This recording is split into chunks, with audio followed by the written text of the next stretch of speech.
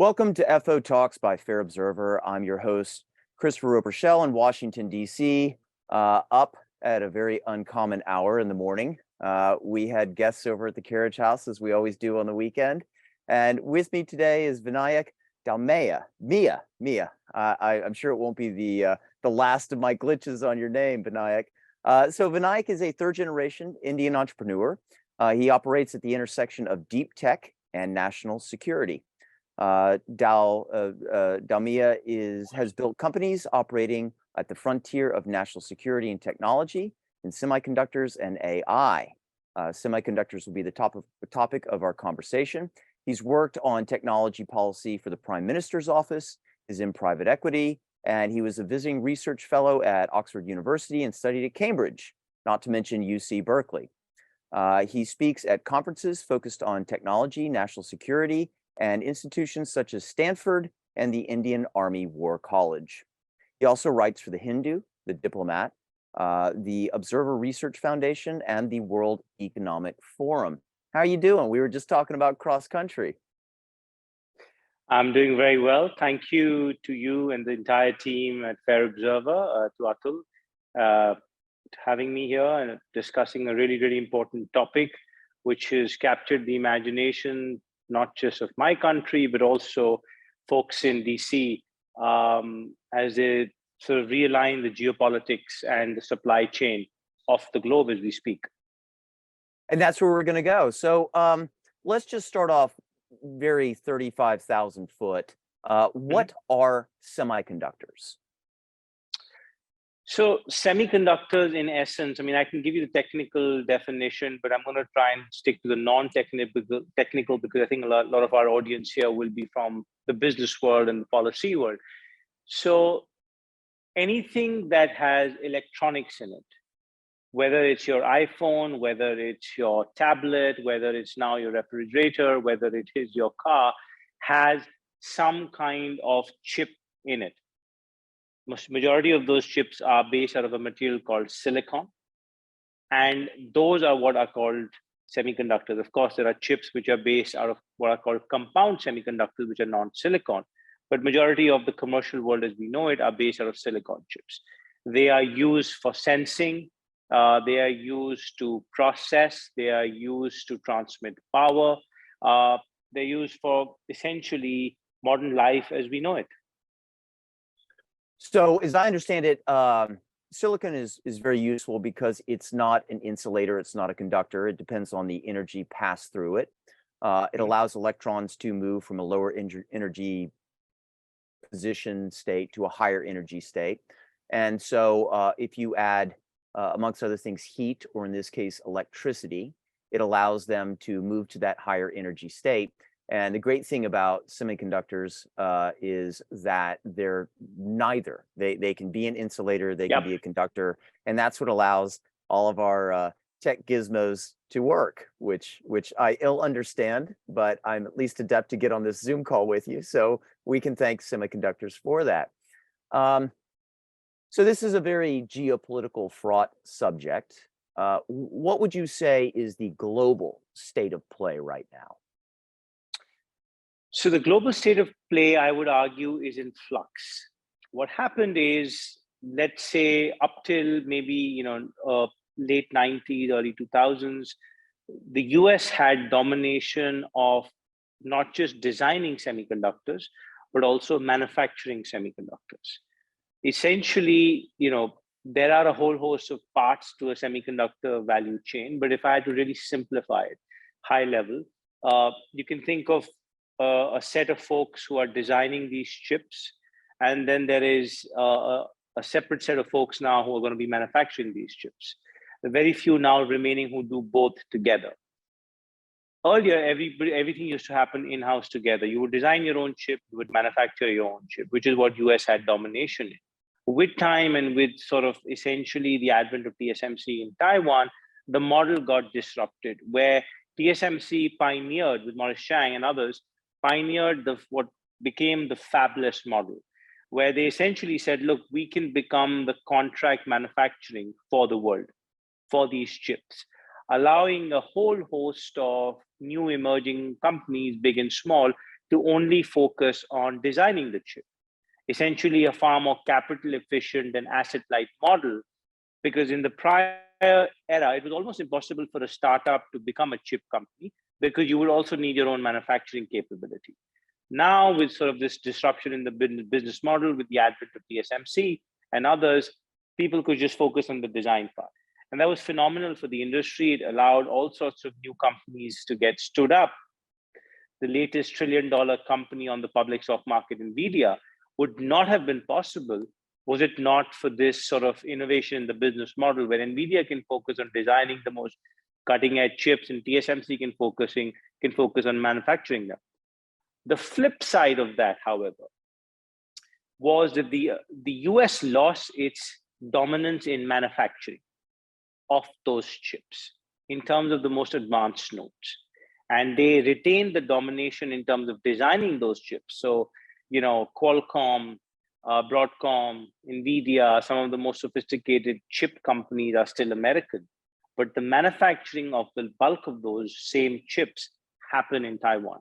Now, as we know, Taiwan has sort of a complicated geopolitics around it. It has a complicated neighborhood with China overlooking it. And therefore, that creates a flux, as I said in the beginning, on what happens to semiconductor ecosystem and what happens to the geopolitics of it. So in the old days, I'm Apple. I used to say, hey, I need this chip. I call my guys downstairs, gals now, and I would say, I want to make this thing. They would make it. Then I'd send it to the Apple factory. But what I think they do now is Apple says, we need these specs. We need it to do this thing. So they'll call TSMC. They will then design it. They will then produce it. Then I'm Apple and I say, oh, that's fantastic. I plop it into the newest iPhone, iPad, whatever you have. And then that's how the supply chain now works. Would that be fair or unfair? Only partially correct. So let me sort of clarify why I say only partially correct. Firstly, for the longest time, Apple would work with chip companies, let's say like Intel, let's say like Samsung, let's say like Sony, and they still do for a lot of those chips that they need, to custom design those chips for Apple, which would then get manufactured at TSMC. Mm-hmm. TSMC does not design the chip. It is a chip company, which is called a fabless now company. So let's say NVIDIA has to design an AI chip. NVIDIA designs the AI chip. TSMC manufactures it per NVIDIA specs, per NVIDIA designs. TSMC is not in the business of designing the chip it manufactures because it's a contract manufacturer, essentially. I see. Point number one. Point number two, Apple still uses third-party chip companies to supply them chips for all sorts of things. But what's happened, which is very interesting with a lot of tech companies like Apple, like Meta now, and like Amazon, they've actually started doing this kind of a vertical integration where they've actually started building chip design capability in-house. So earlier, maybe they would use, as I said, an Intel to supply certain kinds of chips. But some of those chips now, they're saying, hey, we'll design them in-house ourselves and give the order to TSMC to manufacture. I see. You mentioned, just for the viewers, that NVIDIA jumped up. You said $1 trillion company. Yep. I think they're on the threshold of that. They jumped up. I'm just thinking what I read this last week, about 183 2 days ago, they were billion. I think in one day. Or maybe they touched $1 trillion for a few seconds or a few minutes on the stock market, if I'm not mistaken, or they're near about that. Yeah. And they jumped up. It was like a 25%-ish jump in their stock price. And a lot of people were saying, this is the play. And a lot of people also said that there is a reason for that.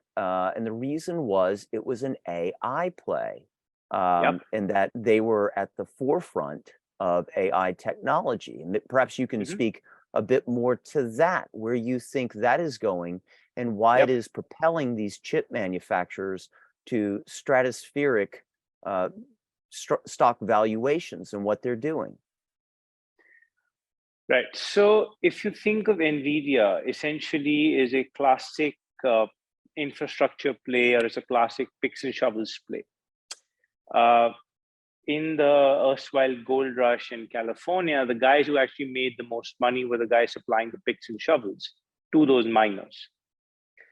Essentially, if you believe with things like generative AI and things like ChatGPT is, let's say, the next wave in technology, then the horsepower behind it is in physical infrastructure like NVIDIA's, which makes it possible to build and run such sophisticated AI models. The one thing with generative AI, I mean, for the large part with things like ChatGPT, is that they are extremely compute hungry.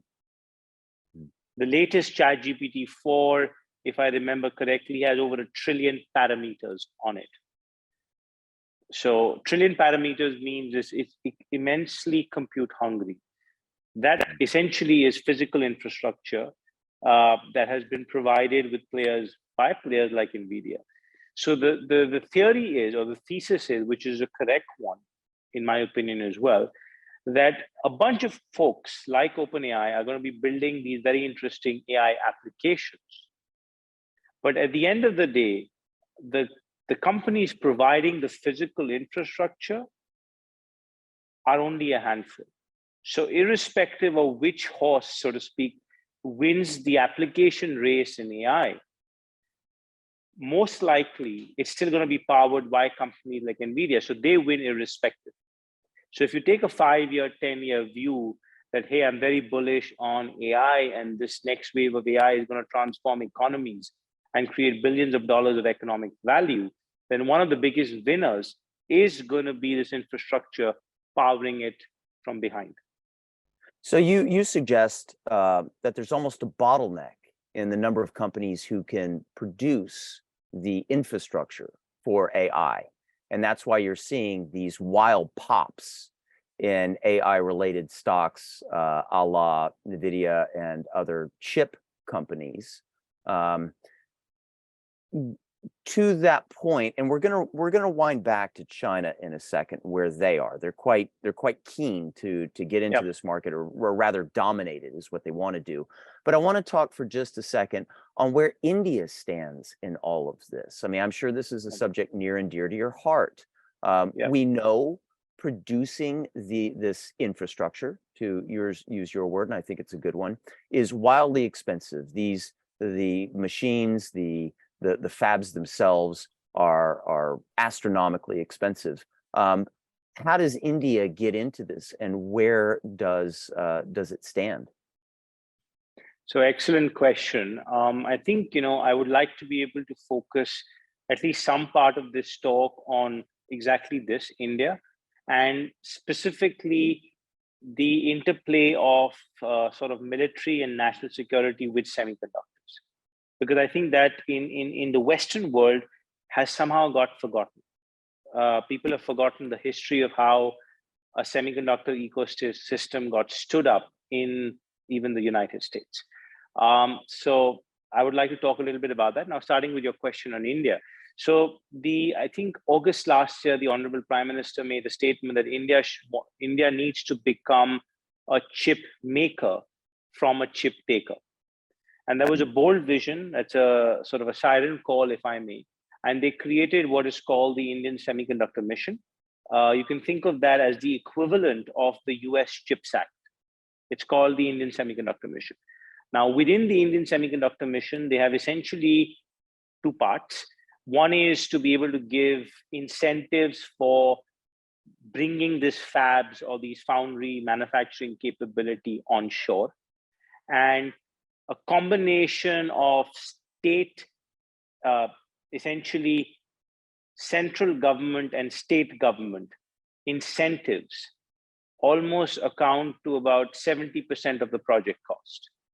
So think of it like in the US equivalent of federal and the state grants. Essentially, so if a fab comes and says, I want to, the project cost is $1 billion, the state is willing to give up to 70% of that as incentives to allow manufacturing to be brought onshore. So that's one part of it, right? Then the second part is to be able to create these fabless companies out of India. What is fascinating, and again, less spoken about is about 20% of the world's chip design talent resides in India. Of course, unfortunately for India, near 100% of them historically, of that manpower, has been employed by non-Indian companies. So if you look at all of the world's major fabless chip companies, like I mentioned before, Samsung or even NVIDIA, Broadcom, Texas Instruments, what have you, all of them have an R&D chip design center in India. So there is a massive talent pool of chip designers in India. So the government has essentially said, we want to do two things. We want to set up this manufacturing onshore, but we also want to create Indian chip companies who will design these chips. So, India's answer to players like NVIDIA, India's answer to players like onsemi, and so on and so forth. So we've talked about fabless. These are the designers of these things. But the fabrication, there's a lot of money in that, a lot of expense, no doubt, but there's a lot of money in it. Does India, you mentioned the Indian semiconductor mission, does some of that money go into potentially opening fabrication facilities? Because that would be a big part of all of this. And that's wildly expensive. I suppose it's worth noting that the most cutting edge chips are made by Taiwan Semiconductor Manufacturing Corporation. TSMC, yes. And they use machines by the Dutch company ASML. The Dutchies, and God bless them, they make the Ne Plus Ultra of machines, and these things cost upwards of 100 million. So if you want to start producing this stuff, you're going to need big capital inputs. Does India plan on, and I suppose many have asked, does it have the wherewithal financially to invest these sums of money? Now, bear in mind that $100 million, that's just for one input of the process to produce. These things, these fabs can cost billions of dollars. So where is India, aside from doing the fabless, the design, are they going to produce these things? And where do you see that going? So they've already allocated in phase one itself, $10 billion to be able to set up a lot of these things that you're talking about, the manufacturing capability. And bear in mind, the $10 billion is just phase one, with an already a stated intention to, 3x, 4x, 5x that. So get up to $40, $50 billion of government money that they will pour into this to incentivize private sector to come and set up these fabs in India. So let me just dig into that a little bit. What is the incentive? Is there a structure where the government provides so many rupees per whatever investment? There's a ratio of some kind of play. Yes, so there are a whole host of things. Like I said, the incentive is broken down by the central government, which is in the US equivalent, the federal government, and then there is the state government, right? And a whole per project, per approved project, up to 70% of the total project cost is going to be borne by the government of India, which includes. So people have to be jumping in right and left. I mean, that's a great deal, right? And they get to keep the IP, they get to keep the fab. So are you seeing an enormous number of companies and people jockeying for this fund? You mentioned how many billions were in it. I didn't 10 billion. Make that. No, 10 billion. This is a big phase fund. one. Is there a massive amount or a massive jockeying for these funds? So there have been a couple of big players, both Indian and foreign partners, who have either submitted their bid or expressed an interest to set up fab capability in India. It's still, you have to understand, we're still early days, right? It's still early days, it's still V1. There is still a lot of negotiation and to and fro going on between these fabs and the government of India. But yes, there has been interest. And, I think there is reason to be optimistic that, in the near term, you will start seeing fabs being set up in India. Now, I like to make one nuance point because I think you brought up ASML and you brought up the most advanced lithographic machine, which costs per machine north of $100 million or 100 million euro. Now, here is, again, my 2 cents, which is, I think, people in the media writ large don't fully understand or appreciate about the semiconductor industry. You do not need to go to, the most advanced 5 nanometer node to be able to build a viable fab. Yes, the world's greatest foundry, TSMC, is pushing the boundary to even go below 5 nanometers, and they're the most likely to get there. But if you look at even consumer electronics, even if you look at the most sophisticated iPhone, 70 to 80% of the chips that exist in the iPhone are from what you would call old and stable nodes. 65 nanometer, 90 nanometer, 45 nanometer. Very few are going to be at that 5 nanometer and below. Yes, for certain things, that is the push for processing, for AI, for certain data centers. Yes, you need to get to those. But if you actually think about it, you break down the market, and even if you break down the smartphone, as I said, like I said, bulk of the chips are not from that node. You don't need them to be from that node. So I think that's where sometimes policymakers and the media misunderstand and only focus on that one thing, saying, hey, you need to get to 5 nanometer or you're doomed. Yeah, there is an obsession. Yeah. There's an obsession with it in the media because it's, let's face it, that's sexy. 5 nanometers, 4.5, as you just said. Since our talk is on semiconductors and national security, what sort of semiconductors do you think would help Indians gain that national security? What is most useful, I guess, is another way of putting it. So again, here's a couple of points, right? Firstly, let me remind the audience of what the Honorable Prime Minister said perhaps a few years ago, right? He made a statement that India needs to become a net security provider. Now, what does that mean? If you study the history of the most advanced, either established or emerging powers, you cannot be a net security provider till you're a net technology provider.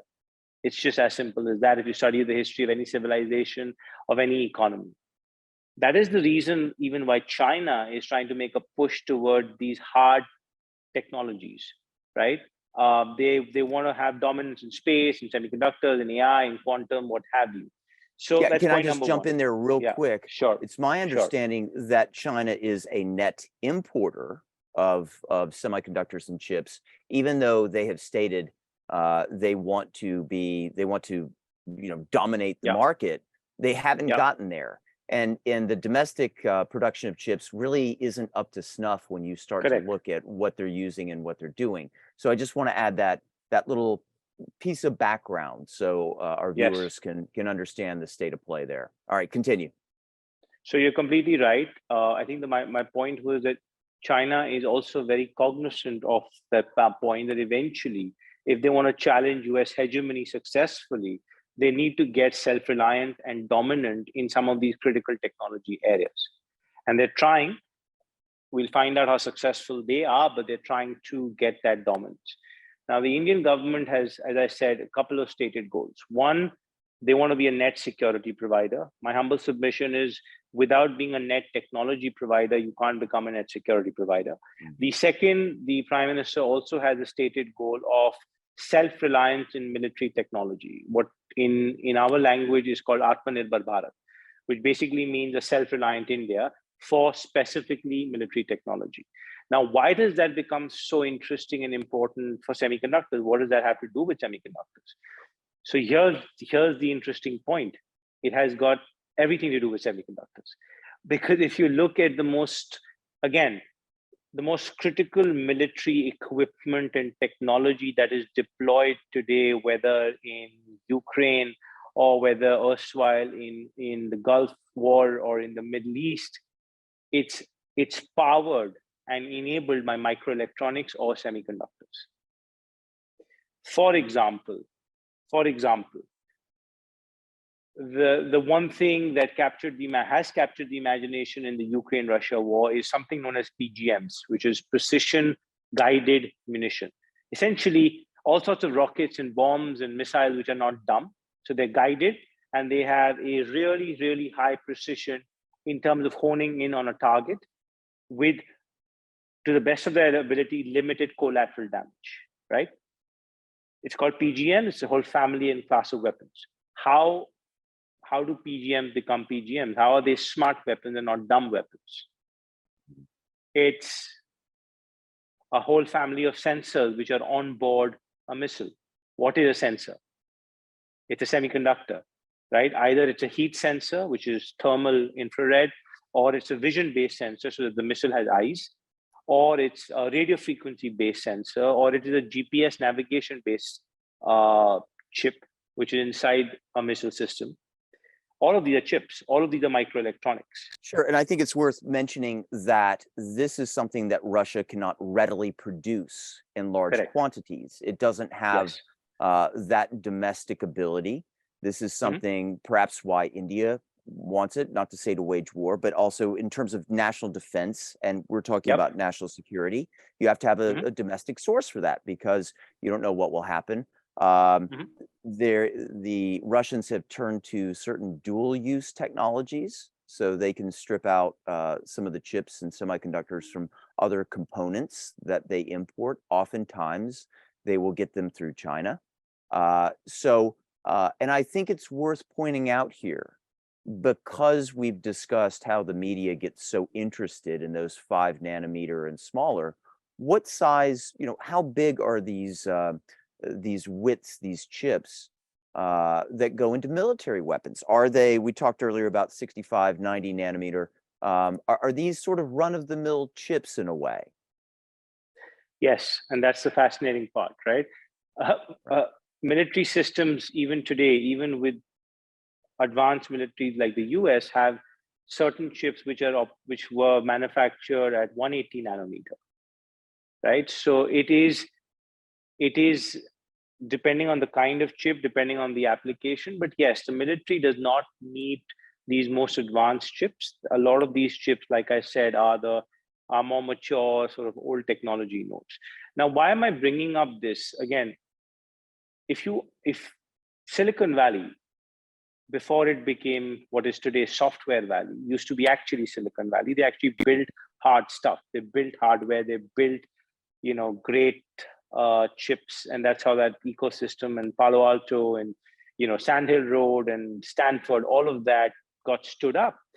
How did that get stood up? It got stood up because there was the US DoD and DARPA and all sorts of other agencies associated with the Pentagon that was funding research dollars to these ecosystem to build a high-tech sort of environment in the US. And a lot of emphasis was given on microelectronics and semiconductors, which gave the US its edge, not just as an economy, but also as a military. Yes, what happened along the way is that consumer electronics blew up, right? Your tablets came, your smartphones came, your automobiles came, and all of those needed more chips in terms of volume than the military. So the military in these advanced economies became not the leader, but got sort of played a trailing role. But they were leaders in terms of incubating the ecosystem. And my contention and my submission to every policymaker that I get an opportunity to speak with, that India needs to learn from the history of others, where it's trying to do 2 things, but those 2 things actually are very beautifully going to organically converge. It wants to become self-reliant in military under the Atmanirbhar Bharat. It also wants to create a semiconductor ecosystem of its own. Well, here's the good news. If you study the history of other economies like the US, they, in their early days, actually pair really well together. Now, why does it pair really well together? If you want to create your own semiconductor ecosystem, yes, manufacturing, but you also want chip companies of your own stood up.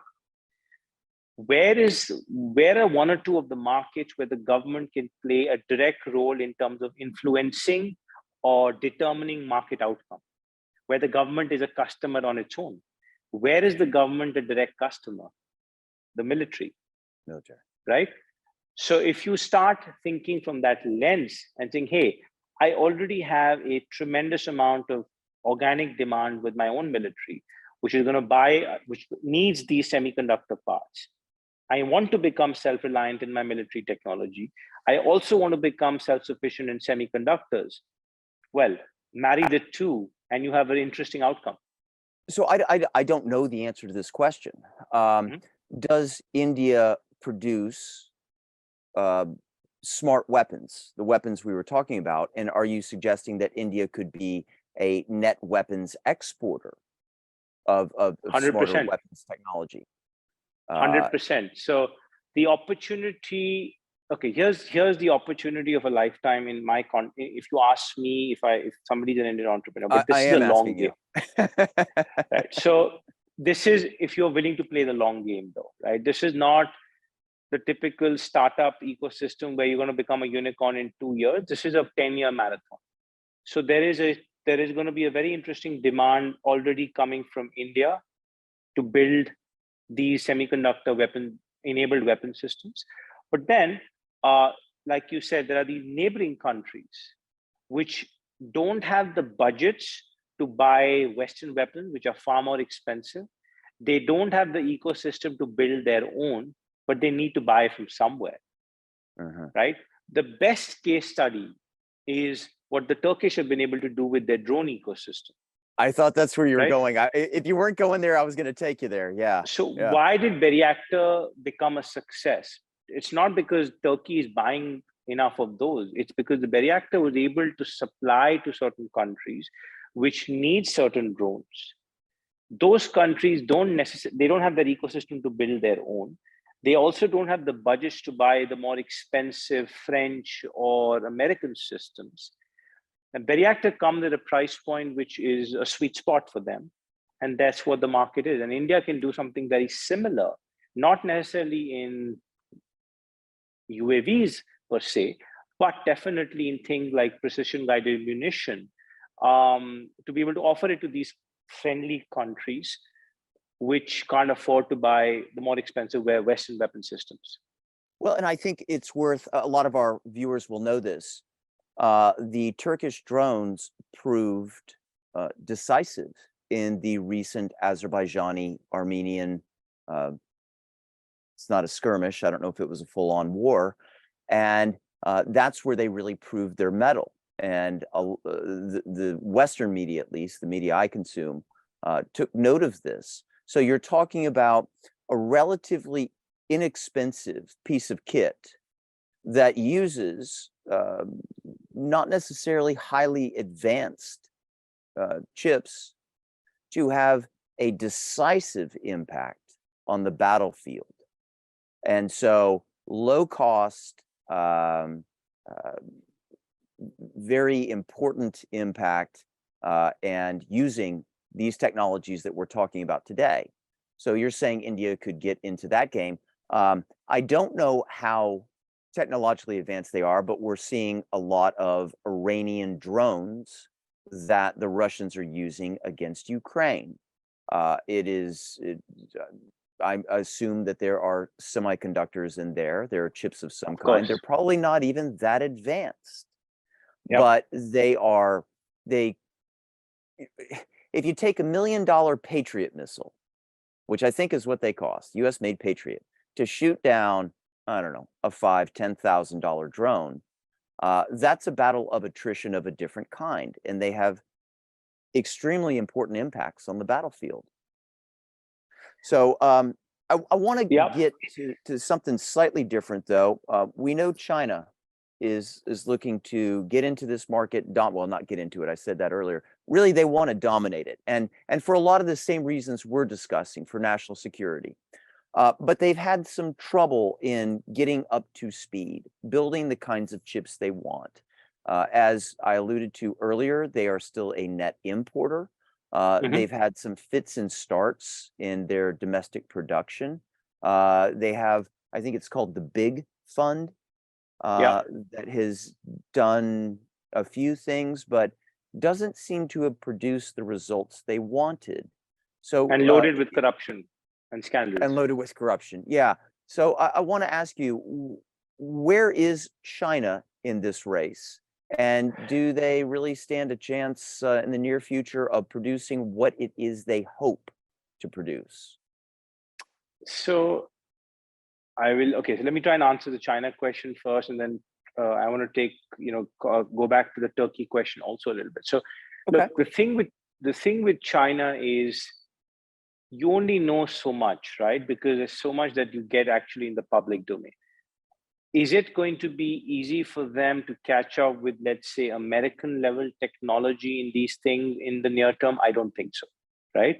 However, the one thing you must know about the Chinese is they play the long game, right? Yeah. And they don't have the gift of democracy, so they keep at it, and they're gonna keep at it for as long as it takes to get there. So if you have a long enough view, right, there is reason enough to be concerned that eventually they'll get there. Will they get there next quarter or next year or the next election cycle in the Western world? No. But at some point, your children or my grandchildren may have to face a reality that they've got there, right? That's the concern, and it's an appropriate concern. They also don't necessarily have the best respect for intellectual property and design, right? So they will do what it takes, Yeah. essentially, to reverse engineer, to beg, borrow, and steal to get there. Essentially, every country has sort of, well, I think COVID did this to most countries, is they woke up and smelt the coffee again, which is that if you want to play at the big boys' or the big girls' table of geopolitics, you have to bring technology to the table. If you're not bringing some unique technology to the table, you will always be punching under your weight, right? What has Taiwan been able to do? It punches above its weight. What is South Korea able to do? It punches above its weight. What is Israel, a classic example, is able to do? It punches above its weight because they have technology through various reasons, through various history of industrial policy, US support in the case of certain countries like Israel. But either way, they've built technology that brings them a certain amount of strategic heft on the world stage. Imagine what the Bayraktar did for Turkey. It's not just the dollars that Turkey, the Bayraktar company, is earning for itself. Yes, that too. But for the Turkish government, right, in terms of certain negotiations, Bayraktar becomes a carrot. It's a carrot and stick in certain negotiation. Hey, you want my drone? You have to do something in return. So it gives you serious strategic heft on the table. You're talking about effective geopolitical leverage. Absolutely. Yeah. 100%. And a lot of people now are talking about semiconductors chips in the context of AI. Now, Yep. it's worth noting that the Dutch will not sell their machines, the ASML machines, to China. And the Chinese are having a hard time building those most advanced chips, which we've already established aren't necessarily the ones you need, but they are the creme de la creme. And as I've read, the Chinese are coming up with fairly innovative workarounds because they cannot produce these uber high quality chips, and they are figuring ways out to produce chips that can do a lot of the same things as the TSMC and ASML machines, and that in some cases there's sort of conjoining chips to produce a sort of chip that has reasonable computational ability. But they're very interested in AI, and they are using what chips they have that were the highest quality to plow into AI. And I think we'd be remiss, I know we're talking about national security. I think we'd be remiss if we didn't discuss where AI fits into this national security discussion, and the fears, credible or otherwise, that people sense from AI, China's development of AI, and these chips and semiconductors? Correct. So one point to also remember, right, which again sometimes gets missed by the media, ASML is not allowed to sell the most advanced machines to China. However, they have sold their less advanced machines to China already.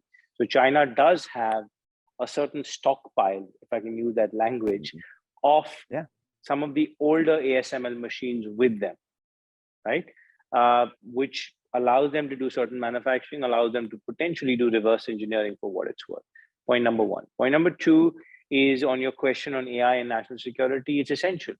Um, you know, it would not be unfair to say that whoever is able to dominate the race of building more intelligent machines, essentially, will, you know, go home a stronger, more resilient economy, a more resilient country, and have that strategic heft. Essentially, AI is going to play a role in even military technology eventually, right? Because at the end of the day, it is about building more intelligent machines, building a smarter, more intuitive human machine collaboration, which could have all sorts of ramifications in warfare. So definitely it's essential. I still think, however, that in terms of the percolation of AI in military, we're still on ground zero. There is a lot of buzz, a lot of Kool-Aid being drunk, but in reality, we're on the ground floor. But again, if you take the long view of things, as you should, then yes, AI will eventually get percolated across military systems, and therefore will have a substantial impact on national security. So can I ask you this? Uh, in all the articles I read, New York Times, Wall Street Journal, I read a lot of those two American papers of record almost every day. It's interesting how consistently I read the 10% number as to whether or not AI will destroy the world. And there's a great deal of fear, and I see even Congress I have staffers over here often, and they're starting to think about, do we throttle this? Now, the counter argument is we know that we believe the Chinese won't throttle their AI development. Yep. Where do you see that going? If I recall correctly, Google kind of slow rolled their AI, and it got bogged down in bureaucracy until Yep. we had whoever I can't remember the company that came up with ChatGPT, but they went full bore and they were like, no, we're releasing this. And here we are within a couple of years, we have now version 4, as you pointed out earlier. So do we continue to throttle ahead lest we lose out to China? And what are the dangers if we do so? So I think the bigger question, look, there needs to be certain guardrails around AI. AI, as it stands today, the version that is most spoken about, right, which is the deep learning based methods of AI, is a black box. It's not explainable. There are questions around sort of the ethical, lack of ethical guardrails and what that could mean for society at large. So there needs to be question on how to put certain guardrails. I think the bigger question for the rest of the free world, if I may, forget China, but let's talk about the rest of the free world. I think the bigger question within AI is going to be, how do you ensure a level playing field within your respective economy so that this does not become the monopoly or duopoly or hegemony of a few big tech companies? Because in spite, again, a lot of funding going into AI startups and whatnot, so far, majority of the economic value has been captured by big tech in AI, right? OpenAI, which is a company which owns ChatGPT, is no longer a startup. They've got more than $1 billion of funding. Yeah, And I it's think they have basically Microsoft, I think, is correct. an inventor, and I believe they also came up with Dolly, the art generating application. So correct. So I think my if I were to put my 2 cents, I think you should not stop innovation, and you cannot over-regulate innovation, because then you're going to kill, economic value creation, and you're also going to kill potentially, going to lose the race to another country, in this case, China. However, I think if I have to summarize, there are 2 points to be concerned about. One is, how do you create certain guardrails, right? Because it's a black box. There are no clear answers on the ethical frameworks. And then the second equally important question is, how do you create within your own economy a level playing field? Because today, in my opinion, it's the big tech which are the best positioned to capture majority of the economic value from AI. I loved several times throughout this discussion, you have said what is not captured by the media, what is underreported. These are the things that Fair Observer loves because we hear the chatter, we read all this stuff. What are things that you're following that you think, okay, everyone's talking about this over here, but here's the interesting thing over there? What's really piquing your interest and that you think is underreported or something that's below the radar? So I think one is what we've touched upon which is within semiconductors, right? There is a whole ocean and billions of dollars to be created in the non-5 nanometer node. And it doesn't just limit itself to military technology, by the way. Even in commercial, like things like automotive, etc., you don't necessarily need to go to so advanced nodes. It depends on what you're doing. As I said, if you're building analog circuits, again, this gets a little technical, but if you're building certain kinds of analog circuits, for example, an image sensor, right? A sensor which powers a camera. It's an analog circuit primarily as opposed to a digital circuit. Now, in the analog circuit, like an image sensor, the secret sauce is how cleverly you design your circuit, not necessarily which advanced node you're able to manufacture this at. Yeah, and Vinay, can we just go through for dullards like me, the difference between an analog circuit and a digital circuit, and perhaps their various uses, just to elucidate that point? Yes.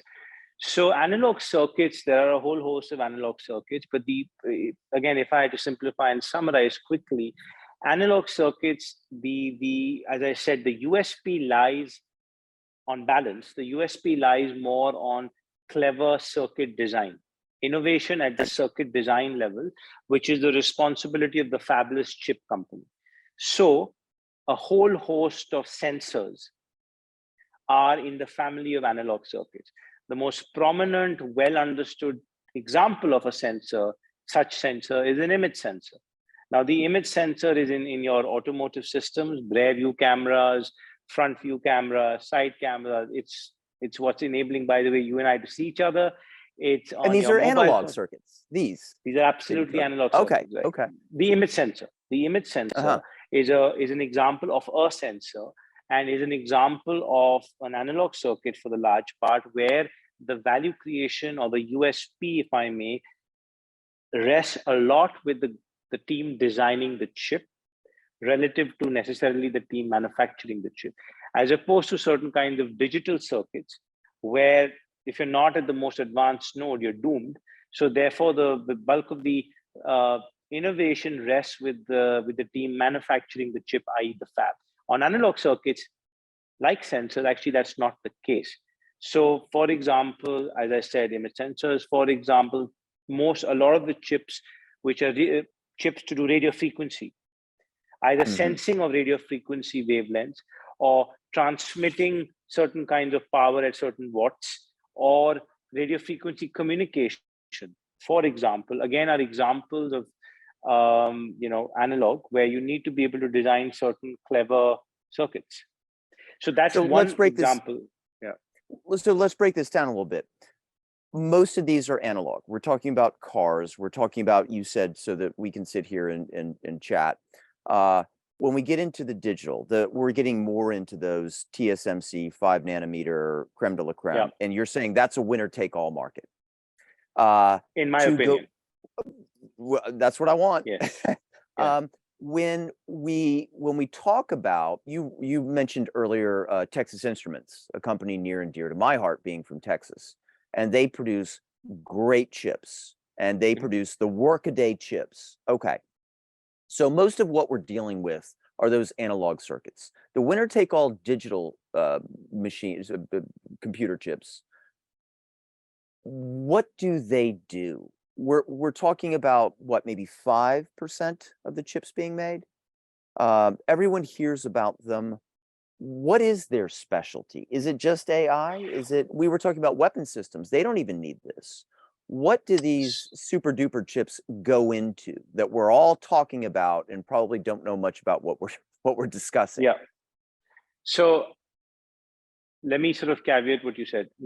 I didn't say all chips are analog. What I meant is, if I had to break the semiconductor world into analog and digital, see, I think your question was, what is something that is underreported, which is more interesting to me? And I'm like, that's a contrarian view, but that's something I would like to look into.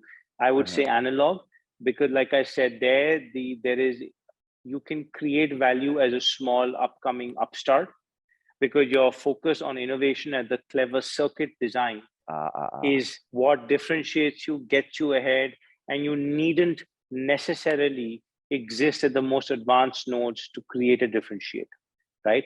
Examples of those analog circuits are probably the entire family of sensors.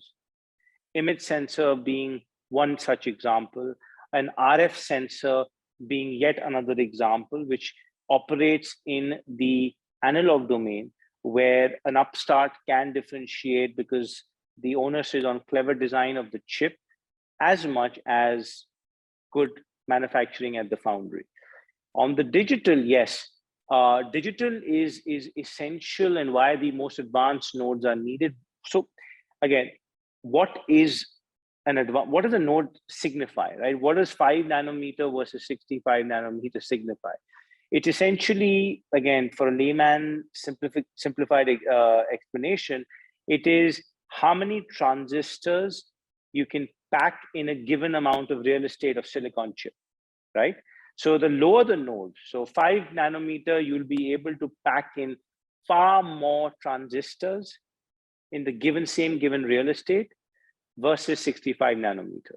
Now that matters when you want to do something like computing, right?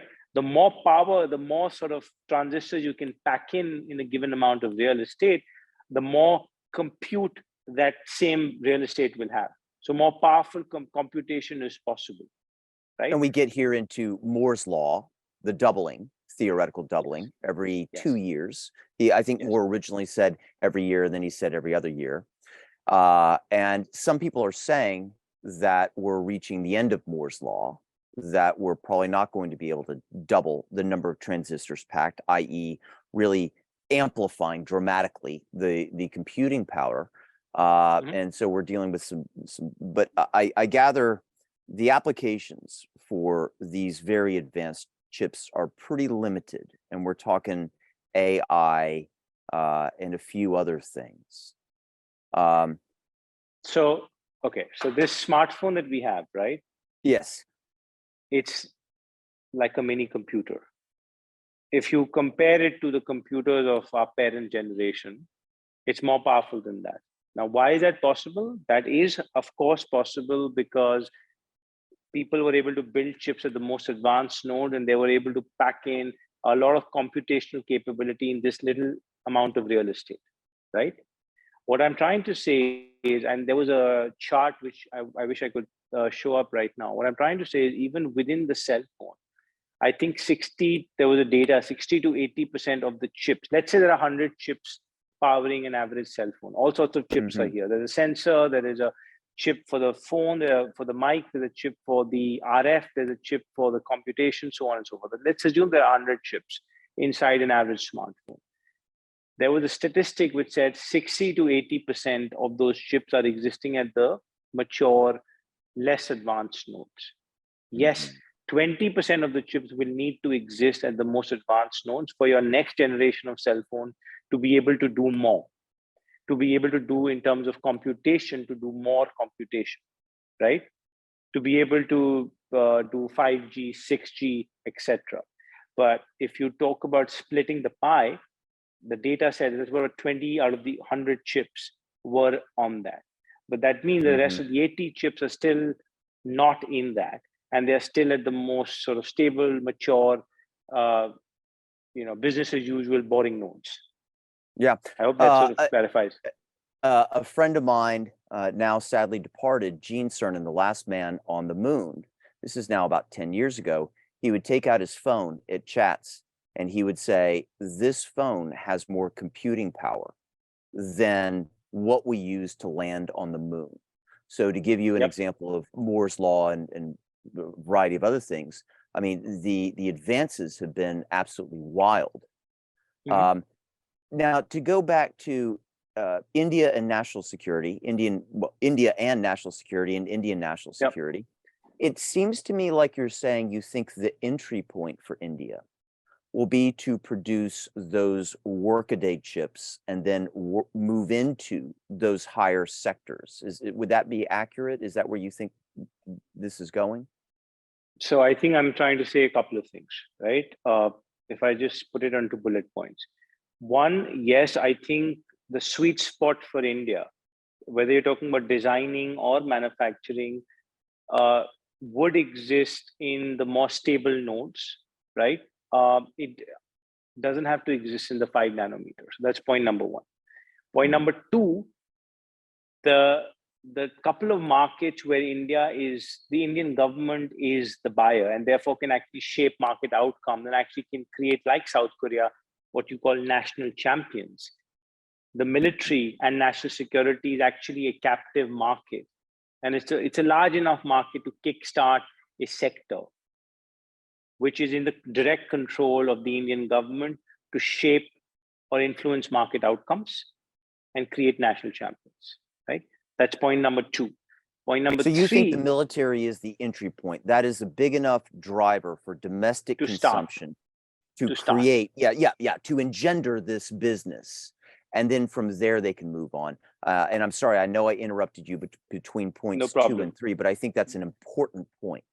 Yeah. In my opinion, if you study the history of other, like I said, the American semiconductor ecosystem, and if you learn from that history and you say, hey, that's a blueprint, that's a toolkit that nothing really changes in industrial policy, even though it's 50-year gap, do you think there are some parallels? And I would say, yes, there are parallels, because that's one market that you want to build self-reliant capability. It's one market that you have a direct control as a government and to shape outcome and create national champions. And it's a one market where the requirement of semiconductors and microelectronics is well established. The other two markets that I think other 2 or 3 markets that become very interesting in the Indian context, if you're just talking about domestic consumption, right, is one market that I track pretty closely is the automotive sector. The automotive sector, again, in terms of, if you look at today and if you look at the forward projection by most accounts, the amount of semiconductors that are going to go into the automobile in the future, all kinds of semiconductors, there's only an exponential growth in that. Right now, why does that matter in the Indian context? It matters in the Indian context for 2 reasons. One, we're going to be consuming and buying a lot of these vehicles because it's a growing middle class, large economy. Number of cars being bought by India is only going to go up. It's like a hockey stick. The second, again, less known fact, some of the world's largest auto component suppliers are Indian companies. Hmm. So I'm not, of course, the final front end brands are, let's say, American and Japanese and European. So there is, I don't know, Mercedes, Toyota, BMW, Tesla, what have you. But the guys, tier ones and tier two component suppliers to these brands, some of the largest ones are actually Indian. Hmm. And therefore, very interesting potential sweet spot to start also for these auto component companies to partner with Indian chip companies to provide also the semiconductor stack to these end customers. So I think to point 2, which is Yeah, that the domestic Indian defense industry yeah, can yeah. kickstart it. You're saying that point 2 doesn't exist in a vacuum, that the production of automotive component pieces can also be a part of that kickstarting of domestic chip production, and that can really energize it. I want to add also, this is as you doubtless know, Apple we're doing a lot of friend shoring, Yep. meaning we're moving some things out of China. Apple Yeah. wants to make somewhere between 20 and 25% of its highest end phones in Hmm. India. So Hmm. that could also be a big part of what gets India's Yeah. domestic chip production going. Yeah. So I think we have three automotive chips, some cell phone chips, defense chips, and you think are there other portions I might be missing? Yeah. And you think that makes the time really propitious for the creation of this domestic chip market?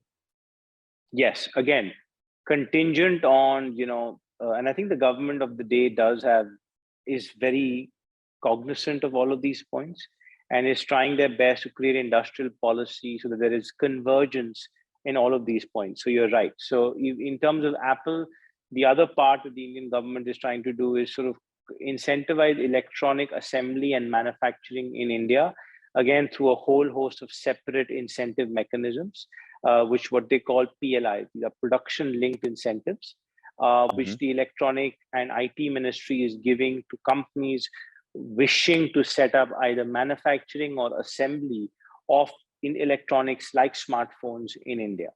So yes, so the consumer electronics writ large, again because it's a big buyer of chips, becomes an interesting and potential market for these, because if there is friendshoring, that could be some kind of localization of supply chain.